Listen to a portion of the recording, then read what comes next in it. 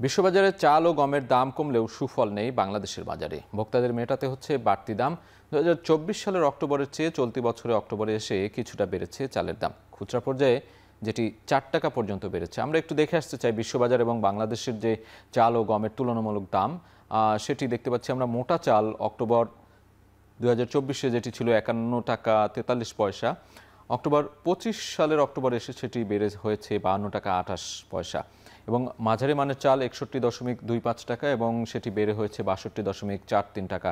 সরু চাল 72.67 টাকা এবং সেটি এক বছর পরে এসে বেড়ে দাঁড়িয়েছে 77.10 টাকা। খাদ্য অধিদপ্তরের এই সূত্র ধরে আমরা কিন্তু এই তথ্যচিত্র জানিয়ে দিচ্ছি।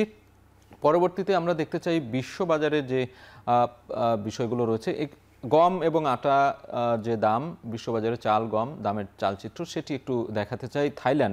থাইল্যান্ডে আমরা দেখছি যে চাল অক্টোবর 2024-এ প্রতি টন ছিল $535, সেটি কমে গিয়ে হয়েছে অক্টোবরে 2025-এ দাঁড়িয়েছে $374। কিন্তু আমরা দেখছি যে অনেকখানি কিন্তু কমেছে। ভারতে কমেছে, ভিয়েতনামে কমেছে, যুক্তরাষ্ট্রে কমেছে, কিন্তু বাংলাদেশের ক্ষেত্রে আমরা সেটি উল্টো চিত্র দেখতে পাই। আমরা ভারতের ক্ষেত্রে একটু দেখে আসতে চাই। চাল $495, যেটি অক্টোবর 2024-এ ছিল, সেটি অক্টোবর 2025-এ এসে হয়েছে $354।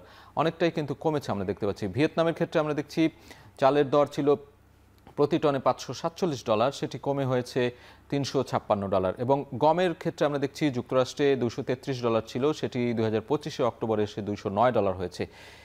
ইউক্রেন গমের জন্য অনেক বিখ্যাত, রাশিয়াও গমের জন্য অনেক বিখ্যাত। আমরা দেখছি যে রাশিয়ায় $235 ছিল, সেটি 2025-এ এসে $230 হয়েছে। অর্থাৎ অনেকটাই কিন্তু কমেছে বিশ্ববাজারের দর, এবং বাংলাদেশের ক্ষেত্রে কিন্তু সেটি সুফল আমরা এখনো দেখিনি।